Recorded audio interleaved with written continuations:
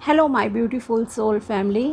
नमस्ते प्यारे दोस्तों, स्वागत है आप सभी का मेरे चैनल पर एस्ट्रो 1111 टैरो पर।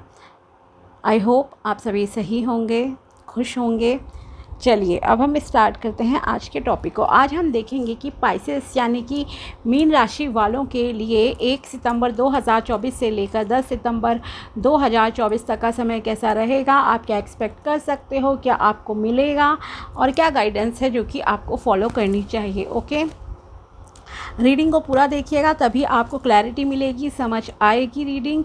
और जो गाइडेंस आती है प्लीज़ उसे फॉलो किया कीजिए ताकि आपकी लाइफ स्मूथली चल सके। Okay, now let's start. अगर आप चैनल पर नए हो तो subscribe my channel and also like this video अगर आपको वीडियो पसंद आती है तो। Now start. Please my dear tarot angels, please बताइए मेरे व्यूअर्स जो हैं पाइसेस ज़ोडिएक मीन राशि वाले, उनके लिए 1 सितंबर से लेकर 10 सितंबर 2024 तक का समय कैसा रहेगा एंड क्या गाइडेंस है जो उन्हें फॉलो करना चाहिए, प्लीज़ बताइए। Let's see the hanged man. Okay, आप थ्रॉट चक्र, क्राउन चक्र, इनका मेडिटेशन करो। अगर आप ऑलरेडी करते हो तो बहुत अच्छा है, आपको एक अलग ही एक्सपीरियंस इन 10 दिनों में होने जा रहा है। ओके,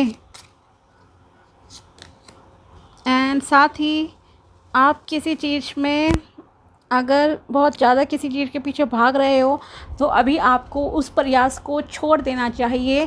थोड़ा सा ब्रेक ले लो एटलीस्ट इन 10 डेज़ के लिए। ज़्यादा चेजिंग नहीं करो किसी चीज़ की, बहुत पीछे नहीं भागो, थोड़ा रिलैक्स माइंड से रहो तो आपके साथ चीज़ें सही रहेंगी। आप थोड़े से डुअलिटी में भी दिख रहे हो इस समय में, कंफ्यूज हो सकते हैं कुछ लोग। यस, ओके, तो कुछ लोग यहाँ पर कंफ्यूज भी दिख रहे हैं। कन्फ्यूज़न आपका डिसीजन लेने में हो सकता है, आपको समझ नहीं आ रहा है कि कौन कैसा है, कौन सही है, कौन गलत है। इस तरह का कुछ कन्फ्यूज़न आप में रहेगा 1 सितंबर से लेकर 10 सितंबर के बीच में। ओके, एंड यस, एक ऐसा समय नहीं लग रहा है अभी ये 10 दिन, अगर ओवरऑल मैं समराइज़ करूं अकॉर्डिंग टू योर कार्ड्स, कि कोई विश फुलफिलमेंट जैसा है। अभी आपको और मेहनत करनी है, थोड़ा सा किसी किसी के लिए कन्फ्यूज़न वाला टाइम रहेगा। डिसीजन लेने में आपको बहुत बहुत ज़्यादा सोचने समझने की ज़रूरत है, तब लेना। अपने खाने पीने का ध्यान रखो, हेल्थ का ध्यान रखो। अगर आपको कोई ऐसा एग्ज़ाम देना है जिसकी डेट अभी आपको डिसाइड करनी है 1 से 10 सितंबर के बीच में, तो इट इज़ बेटर कि आप इन 10 डेज़ में कोई एग्ज़ाम ना दो। ओके, डेट ना पड़े, फॉर्म फिल करना है, यस आप कर लीजिए, लेकिन एग्ज़ाम की भी डेट, जैसे कुछ होते हैं ना कि आपको 4 दिन बाद ही कोई पेपर देना है, 4 दिन बाद ही कोई इंटरव्यू देना है, ऐसा, तो इस चीज़ को थोड़ा सा ब्रेक लगा लो आपके लिए सही रहेगा। क्योंकि आपको भी कोई टारगेट आपका पूरा हो रहा है, सक्सेस मिल रही है, ऐसा नहीं। अभी भी आपको थोड़ा सा प्रयास करने की ज़रूरत है, लर्निंग करने की ज़रूरत है। Okay, now let's start. अगर आप एक ऐसे पर्सन हो जो कि बहुत किसी चीज़ को चेज़ कर रहे हैं, मे बी एक होता है ना, जैसे कुछ लोग लॉ ऑफ अट्रैक्शन की techniques day by day use कर रहे हैं, 10-10 टेक्निक्स कर रहे हैं, बहुत ज़्यादा चीज़ें अफर्मेशन कर रहे हो, बहुत चेज़ कर रहे हो, बुरी तरह से किसी चीज़ के पीछे पड़े हो दिन रात, तो आपसे कहा जा रहा है please take a break. Okay, अपनी थोड़ी फिज़िकल एंड मेंटल हेल्थ को अभी आप ध्यान रखो, वो आपके लिए ज़्यादा इम्पॉर्टेंट है। क्योंकि ऐसा लग रहा है आपने चेजिंग करते करते अपनी फ़िज़िकल मेंटल हेल्थ कहीं ना कहीं ख़राब कर ली है। ओके, तो it is your priority now कि आपको अपनी फ़िज़िकल और मेंटल हेल्थ का भी ध्यान देना है। थोड़ा सा ब्रेक लो, ध्यान लगाओ, मेडिटेशन करो, आपके लिए अच्छा रहेगा। ख़ास करके अगर कहूँ आपको अपने थ्रॉट चक्र, आज्ञा चक्र और क्राउन चक्र, ओके, इनका मेडिटेशन मोस्ट इम्पॉर्टेंट है करना। वैसे तो सातों चक्रों के ही मतलब कि अपने आप जो है बीज मंत्र की चैंटिंग कीजिए, आपके लिए अच्छा रहेगा। नॉर्मल चैंटिंग 1 से 2 मिनट के बीच में आप करते रहो 1 बाय 1, ओके। रूट चक्र से लेकर क्राउन चक्र तक आपको बहुत इजीली अवेलेबल हो जाएंगे कहीं पर भी वो मंत्र जो कि आपके चक्रों के होते हैं, ओके। तो उनकी डेली चैंटिंग कीजिए, ब्रेक नहीं लाइए। विद इन 1 मंथ आप अगर रेगुलर करते हो तो बहुत आपको शांत महसूस होगा, आपकी हेल्थ भी सही होगी और आपकी मेंटल हेल्थ, फिज़िकल हेल्थ दोनों तरह से आपको फ़ायदा होगा, ओके। तो ये थोड़ा सा आपको इस समय में स्पिरिचुअल रहने की ज़रूरत है।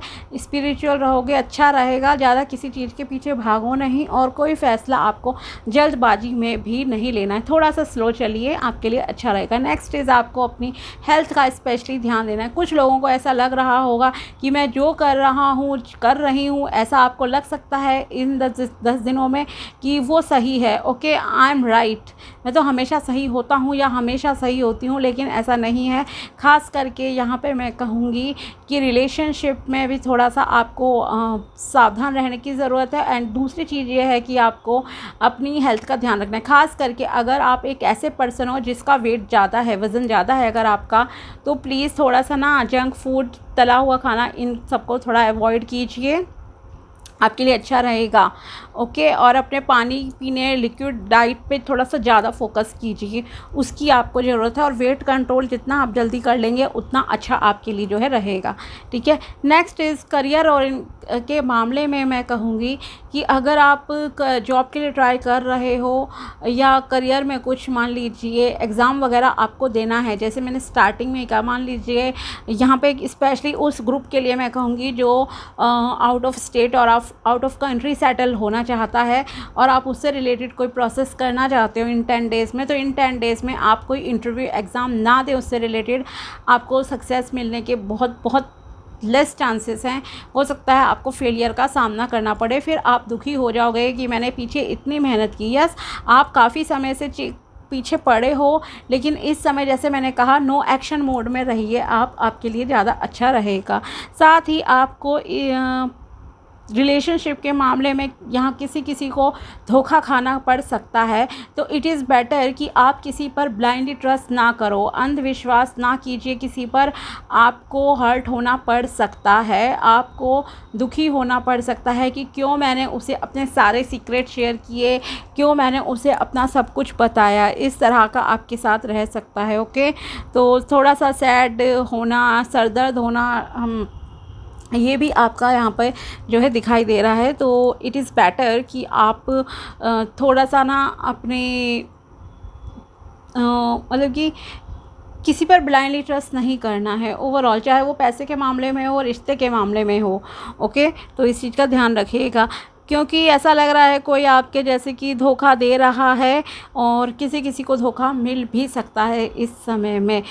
हो सकता है आप ऑलरेडी किसी के साथ सब चीज़ें शेयर कर चुके हो, लेकिन उसका दूसरा ही चेहरा अब आपके सामने आए इन 10 दिनों में कि ऐसा भी ये इंसान हो सकता था क्या मेरे साथ, या हो सकती थी, ओके, इस तरह का रहेगा।